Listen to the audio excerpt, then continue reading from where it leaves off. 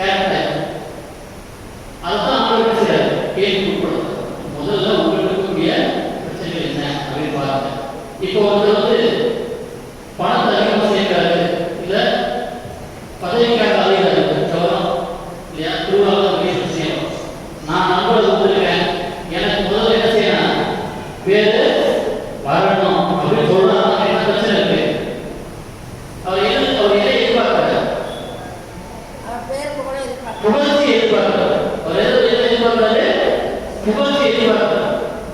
அப்படி புகழ்ச்சி எதிர்பார்க்கிறவங்க என்ன செய்வாரு?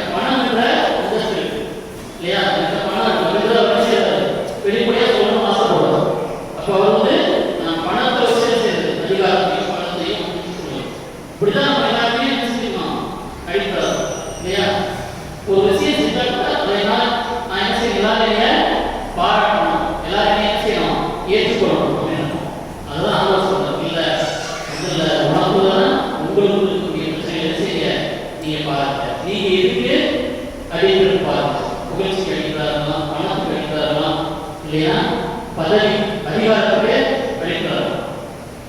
பொறுத்தவரை வருஷமா இதை நாங்கள் என்ன செய்வோம், இப்போ எப்படி நீங்க மாற்றி செய்யணும் அப்படின்னா நாங்கள் அதிகார பிரச்சனை எது பிரச்சனை இருக்கு, அதிகார பிரச்சனை.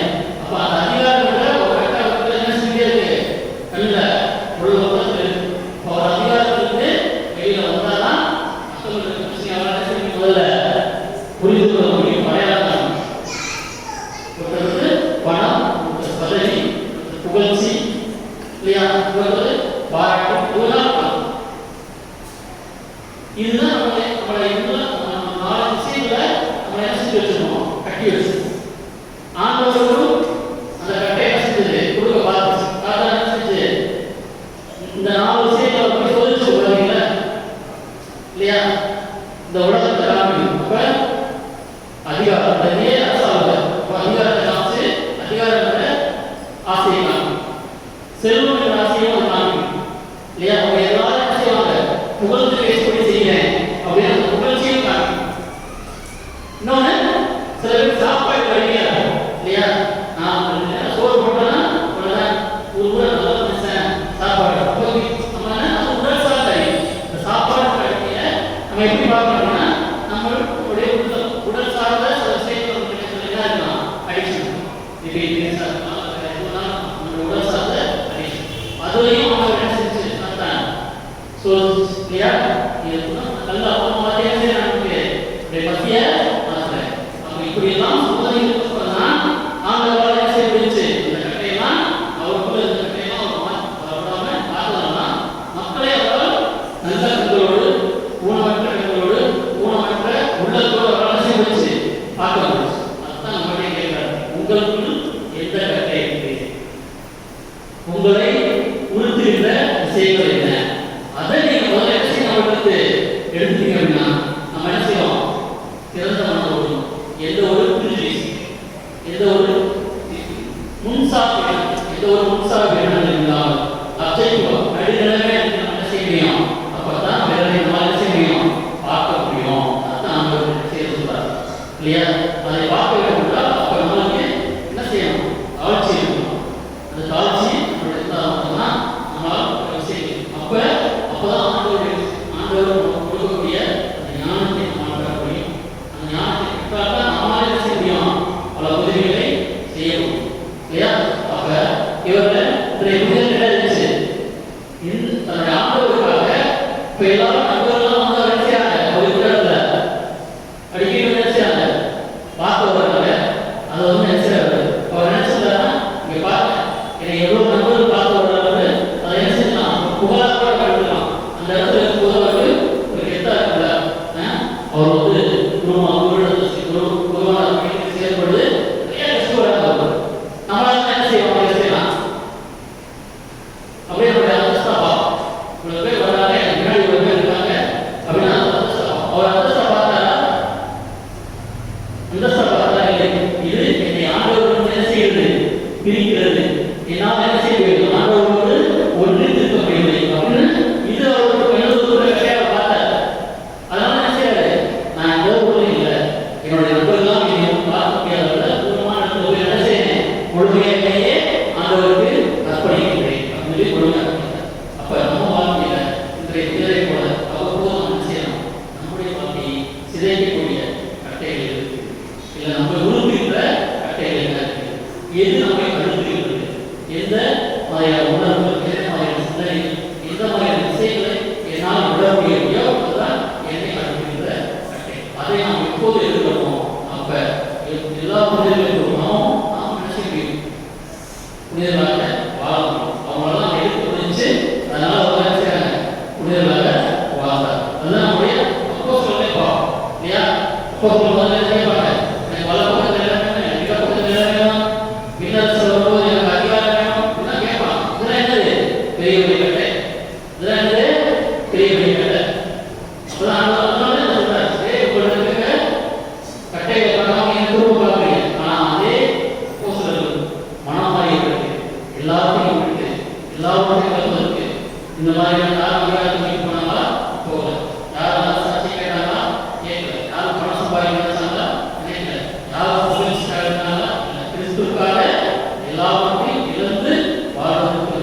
அப்போதான் நம்மளால சிந்திச்சு கிறிஸ்துவுக்கு சான்று வருவது, கிறிஸ்து வேலை போல புதுமைகளை செய்ய முடியும். அதே போல இந்த யுத்தம் அவருடன் அவரை அழுத்தி கொண்டிருந்த கட்டளையெல்லாம் அடையாளம் உண்டு. அதெல்லாம் அவர் மீண்டு வந்ததால அவர் என்ன செய்தது? அவர் பார்த்தீங்கன்னா அழுதம் இல்லையா? நம்மளை பார்த்தோம் நிறைய பேர் வணங்கணும், நிறைய பேர் நம்மளை வணங்கணும், முயற்சியாக நம்முடைய நல்ல செயலுக்காக இல்லையா? அப்படி இறைவனை உண்மையிற்காக நம்மை பார்க்கிற பாராட்டுடைய நமக்கு முயற்சியாக இறை உண்மையை நம்மளாக வாழ்வதற்கு இதெல்லாம் அடையாளத்தோ, இதெல்லாம் நம்ம உறுப்பினர் அடையாளத்தோ, அதையெல்லாம் கொஞ்சம் கொஞ்சமாக அடையாளம் வந்து நம்மகிட்ட தெரிந்து கொள்வது. நாமும் ஒரு புது பிறப்பு பெற்ற மனிதர்களாக வாழ்வோம், வளருவோம். அப்போதுதான் நாம் கொண்டாட சூழலாக அர்த்தம் உள்ளதாக இருக்கும்.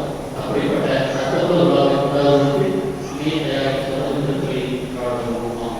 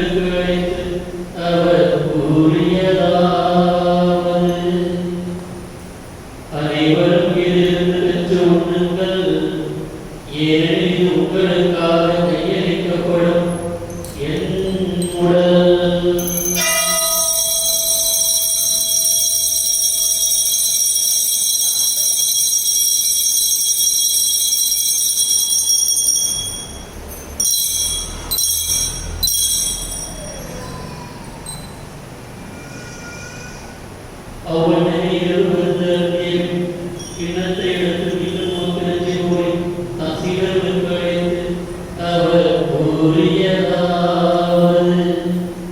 அனைவரும் இதிலிருந்து பருங்கள், ஏனெனில் இது புதிய நிலையான உடன்படிக்கைக்குரிய என்ற ரத்தத்தின் கிண்ணம். இது பாவத்திற்கென்று உங்களுக்காகவும் பலருக்காகவும் சிந்தப்படும். இதை என் நினைவாக செய்யுங்கள்.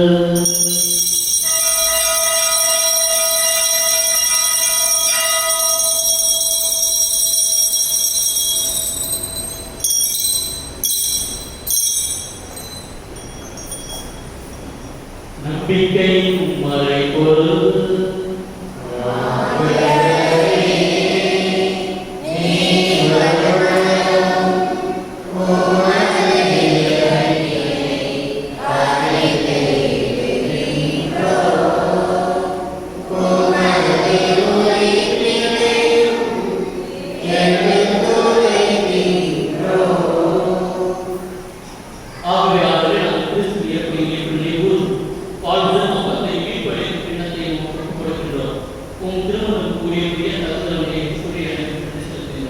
மேலும் கிறிஸ்துவின் உடலில் ரத்தத்தில் மகளுடைய தூய ஆவியை சேர்க்க வேண்டும் என உண்மை தாழ்வுடன் அழைக்கிறோம்.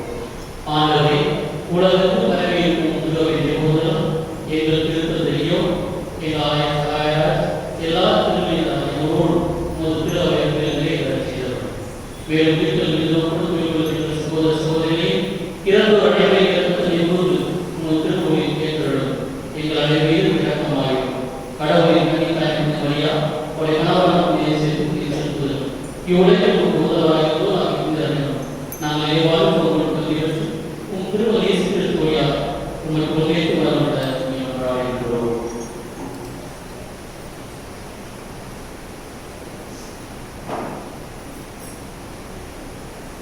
இவர்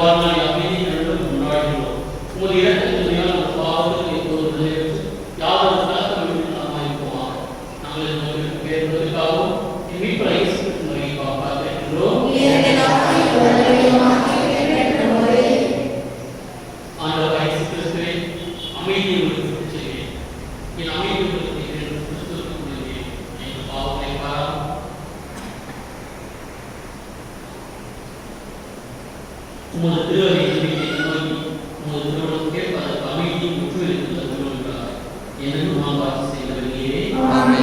அம்மாண்டவராய் சுவாமியாவே நான் ஒருவருப்பதாக இறைவனையாக பெற்றுக்கொண்டால் ஒருவரோடு பகிர்ந்து கொள்வோம். உலகின் பாவங்களை போக்கும் இறைவனின் செம்மலே, எங்களை இரக்கமாயிரும். உலகின் பாவங்களை போக்கும் இறைவனின் செம்மலே, எங்களை இரக்கமாயிரும். உலகின் பாவங்களை போக்கும் இறைவனின் செம்மலே, எங்களுக்கு அமைதியை அளித்தருளும்.